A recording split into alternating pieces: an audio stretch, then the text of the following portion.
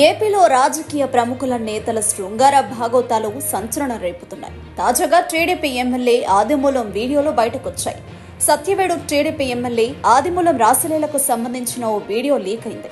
MLA ఆదిమూలం ఓ మహిళతో రాసలీలలో పాల్గొంటున్న video నెట్టింట హల్చల్ చేస్తోంది.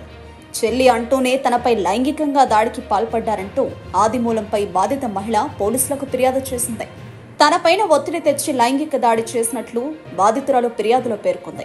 టీడీపీ ఎమ్మెల్యే కోనేటి ఆదిమూలం తనపై లైంగిక దాడి చేశారంటూ జిల్లా మహిళా అధ్యక్షురాలైన వరలక్ష్మి టీడీపీ అధినేతకు లేఖ రాశారు.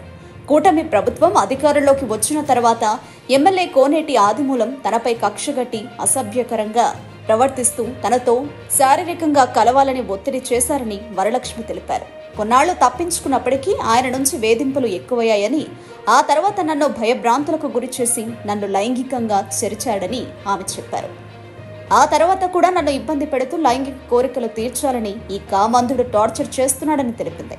అతని వేధింపులు భరించలేక నా భర్త ఇచ్చిన సూచనలతో కోనేటి ఆదిమూలంకు బుద్ధి చెప్పాలనే ఉద్దేశంతో హోటల్లో సీక్రెట్ కెమెరాతో ఎమ్మెల్యే కామ క్రీడలను రికార్డు చేశామని వరలక్ష్మి తెలిపారు.